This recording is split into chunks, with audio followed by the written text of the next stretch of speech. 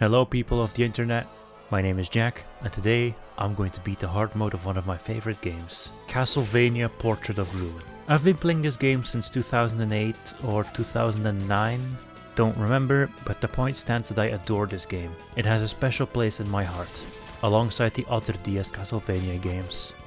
At the time of recording this video, I have never attempted a hard mode run, but today this changes. Before I jump into the run, I'll add some rules to spice things up a bit. I'm not allowed to heal during boss battles. The exception of this rule is the transition of the final boss to its second stage. Because this is played on the Dominus collection, rewinding to dodge damage is a big no-no. Glitches to skip bosses are not allowed, other glitches are. With all that being said, let's get into it.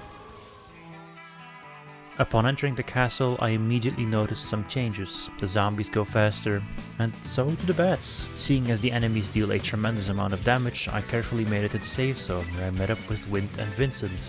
Wint gives me quests, and Vincent is a merchant from the church that seems to be struggling financially. And I'm about to make it way worse. You'll see what I mean soon. After completing Wint's first quest, I can enter the first painting, the city of Haze, where I found a hat for Charlotte and a very specific pie. I am not going to read out its name. A few moments later, I challenged the area boss, the Dullahan. The Dullahan was quite a challenge. Jonathan couldn't even put a dent in him. This also happened.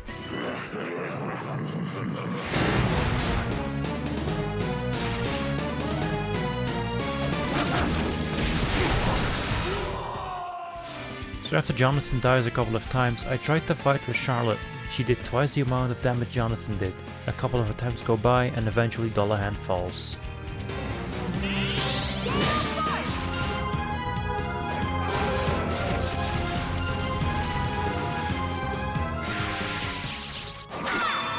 Rewarding me with the Acrobat Cube relic. After beating the Dullahan, I returned to Dracula's castle and challenged the next boss, the Behemoth.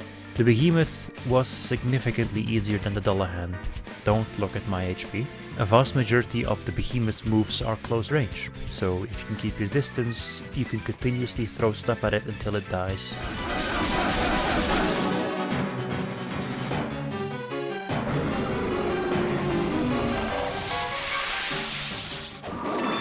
With Behemoth's defeats, I gain access to the buried chamber. I farmed some strawberries, I charged forth, and barely made it out. I swear those bats on hard mode are the worst. I challenged the next boss, Karamet.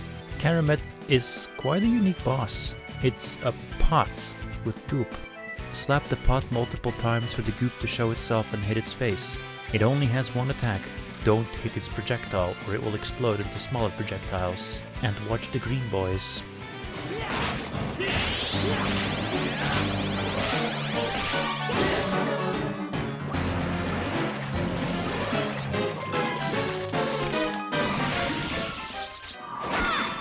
Once the pot has been broken, I move to the next painting, the Sandy Grave. It's a small desert area, where you eventually run into a pyramid. I made the mistake of taking the underground route, which is full of ghosts and they're on spooky steroids. No, seriously, they go really fast and it's actually terrifying. Me, being the stubborn idiot that I usually am, decided to push through the insanity that is the underground section of the pyramid. Mental notes have been made for the Hard 25 run. The rest of the pyramid was a breeze. Eventually, I made it to the pyramid's boss, Astarte. Astarte has a special ability. She can seduce Jonathan once he's been hit by her temptation. I could talk more about her other moves, but oh, she died.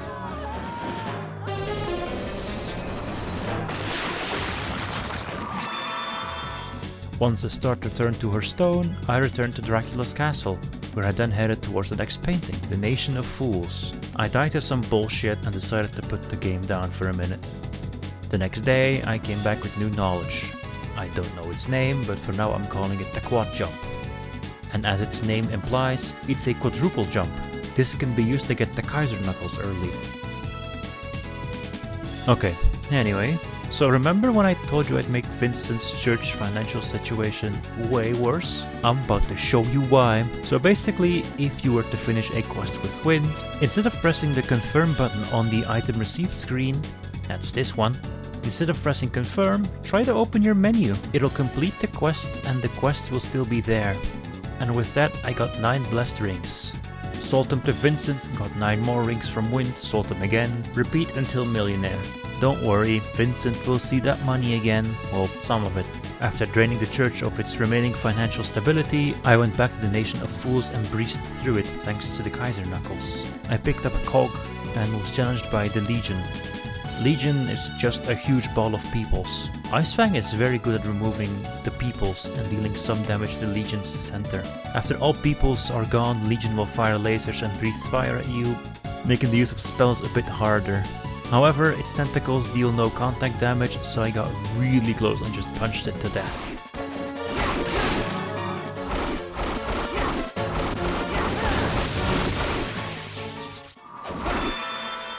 With the cog in my possession, I can gain access to the next painting, but oh no! A major roadblock has appeared!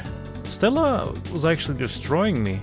Not only can she attack really fast, she's one of the only bosses that can dodge projectiles. I decided to face her as Jonathan with no success, so I tried with Charlotte using Gale Force, and it seems like she can't dodge when she's creating her hovering moon slashes. So I abused that knowledge until her sister arrived to retreat her to safety.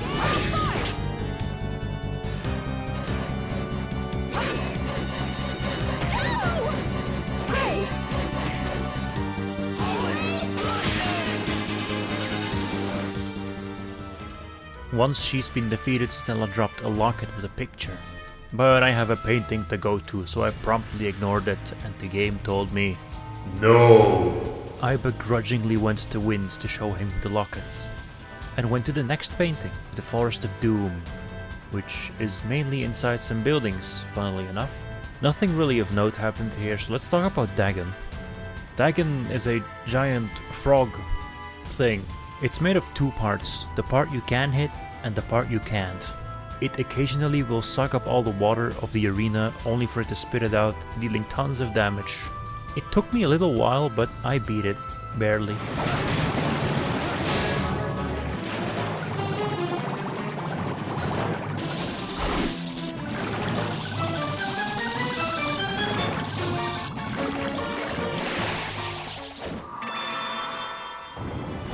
Dagon's defeat awarded me with the Totemorph spell.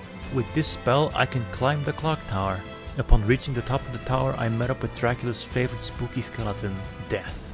Death was definitely the hardest fight in this run. I got extremely lucky and survived with 1 HP. I panicked a lot during the time I had 1 HP. A couple of extremely long seconds go by, and Death dies. Or more like fleas, fucking coward.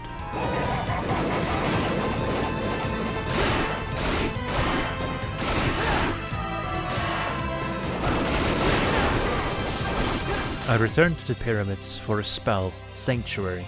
This spell can cure any sickness. This includes vampirism. The game even turns Vincent into one, so you can figure out it can be used in Stella and Loretta. Speaking of Stella and Loretta, yay, it's the 2 of them now.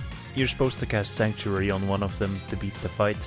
There's tons of different strategies to get them cured of their vampirism. I prefer to Stonewall while Charlotte casts a spell in the corner. This usually works. Usually.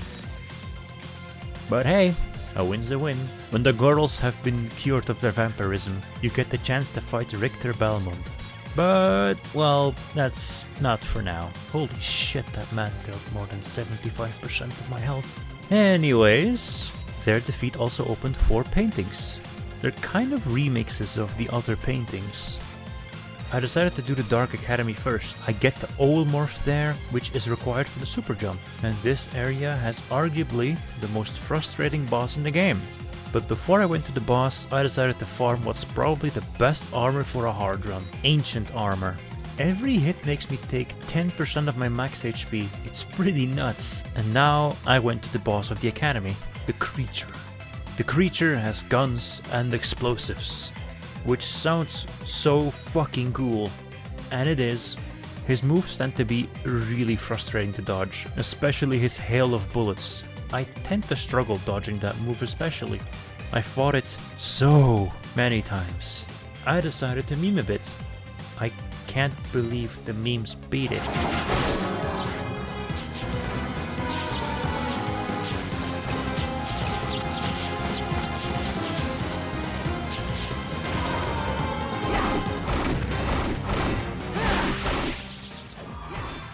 1 painting down, 3 more to go. I immediately went to the Forgotten City, where I got the super jump.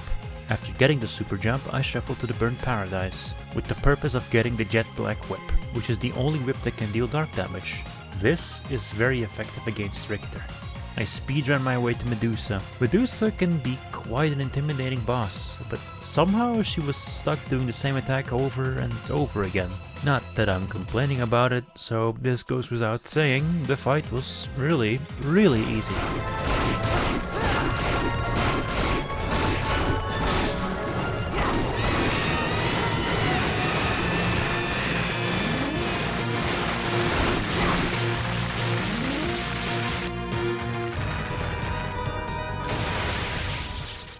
Once defeated, I got the Jet Black Whip and made my way back to the castle. Second painting down, 2 more to go, but before I continue with the remaining paintings, I challenged Richter again. I decided to fight Richter armed with the Jet Black Whip and the Pie. It didn't take long before Richter was defeated, granting me the true power of the Vampire Killer.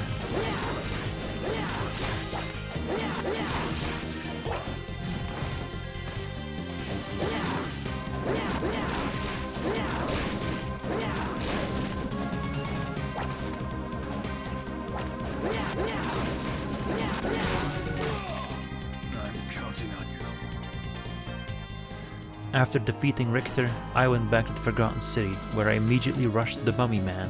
Mummy Man was a breeze, thanks to it being extremely slow and even stationary sometimes. His toilet paper snake is really easy to dodge and he is extremely susceptible to being punished.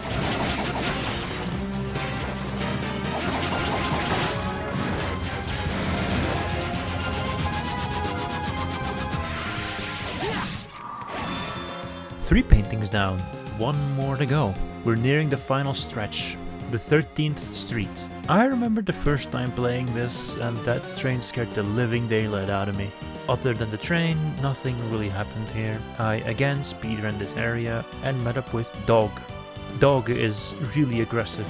Be careful that it doesn't corner you at the boss doors. Don't do what I did. You can and will die.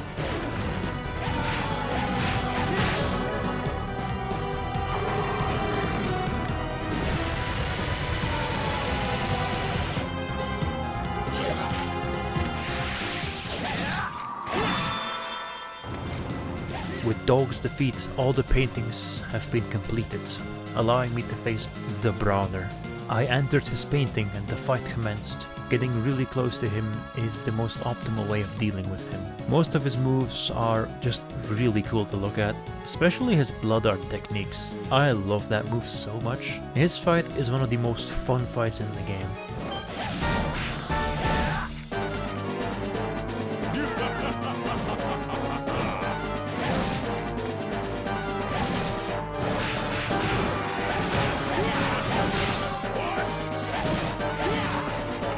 Once Brawler has been defeated, Death swoops in and takes my kill.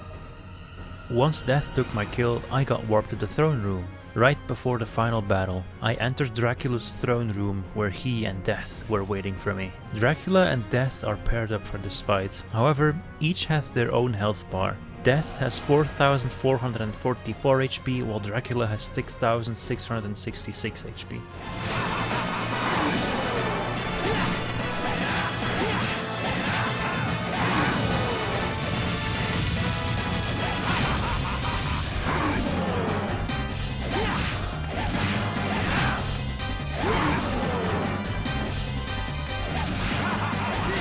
Once either is defeated, Dracula will absorb Death and transform into his second stage, where he becomes more aggressive, has 6,666 HP again, and has some pretty cool new moves in his arsenal.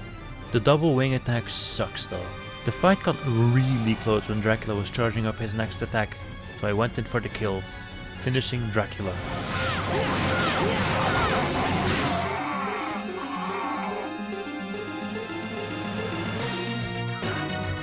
And that was it, people of the internet.